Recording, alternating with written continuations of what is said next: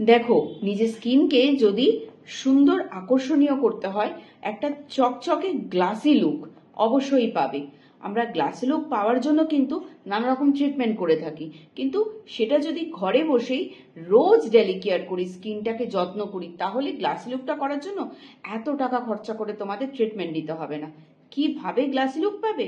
নিজের স্কিনে কখনো সাবান ইউজ করবে না, সাবানের পরিবর্তে একটা মাইল্ড ক্লিনজার ইউজ কর। মাইল্ড ক্লিনজার বলতে দি কুইনের এই গোলাপ ফুলের পাপড়ি দিয়ে তৈরি রোজ পেটাল ক্লিনজার, ভীষণ মাইল্ড আর এত সুন্দর একটা ক্লিনজার।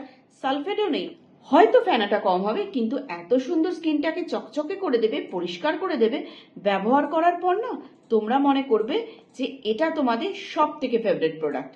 তো এটা দিয়ে মুখটা পরিষ্কার করে নাও, তারপরে টোনার ইউজ করো, এই কিউকাম্বার রিফ্রেশিং টোনার।